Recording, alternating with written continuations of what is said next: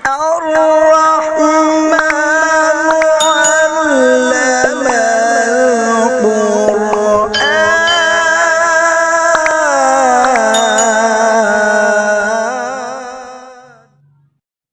بسم الله الرحمن الرحيم. عن عائشة رضي الله تعالى عنها قالت قال رسول الله صلى الله تعالى عليه وسلم يحشر الناس يوم القيامة حفاة عراة غرلا. رواہ مسلم۔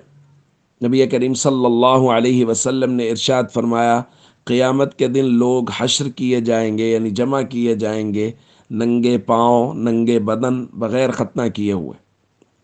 سیدہ عائشہ رضی اللہ تعالیٰ عنہ نے عرض کیا، یا رسول اللہ صلی اللہ علیہ وسلم، النساء والرجال جميعا ينظر بعضهم الى بعض، کہ مرد و عورتیں اکٹھے ہوں گے، ایک دوسرے کو دیکھ رہے ہوں گے۔ حضور علیہ الصلوۃ والسلام نے فرمایا، یا عائشہ الامر اشد من ان ينظر بعضهم الى بعض، معاملہ اس سے کہیں زیادہ سخت ہوگا کہ کوئی ایک دوسرے کی طرف دیکھ سکے۔ یعنی لوگ اس قدر پریشان ہوں گے اپنے اعمال کے حساب و کتاب کو لے کر کہ کسی کی جرت ہی نہیں ہوگی، کسی کو یہ سوجھے گی ہی نہیں کہ وہ کسی دوسرے کی طرف دیکھ سکے۔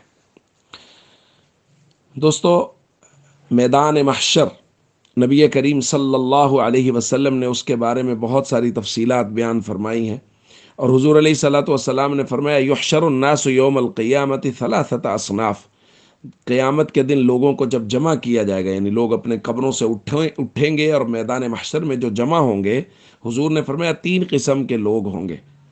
ایک صنف وہ ہوگی جو سوار ہو کر ہوگی، یعنی وہ سواریوں پر میدان محشر کی طرف جائیں گے، جیسے انبیاء، صدیقین، شہداء، صالحین، نیک لوگ۔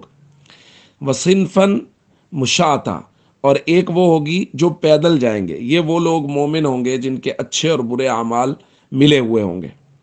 اور تیسرا نبی کریم صلی اللہ علیہ وسلم نے فرمایا، وصنفاً علی وجوہہم، اور تیسری قسم وہ ہے جو اپنے چہرے کے بل چل کے جائے گی۔ صحابہ نے عرض کیا، کیف یمشون علی وجوہہم یا رسول اللہ، یا رسول اللہ، چہرے کا بل کیسے چلیں گے؟ نبی کریم صلی اللہ علیہ وسلم نے فرمایا، ان الذی امشاہم علی اقدامہم قادر علی ان یمشیہم علی وجوہہم، جس ذات نے ان کو ان کے قدموں پر چلایا، وہ اس بات پر بھی قادر ہے کہ وہ ان کو ان کے چہروں کے بل چلائے۔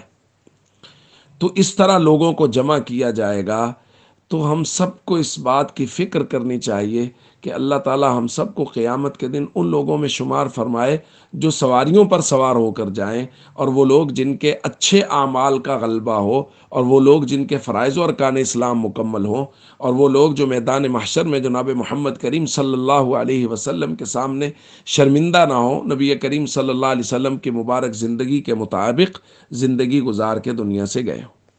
السلام علیکم ورحمۃ اللہ وبرکاتہ۔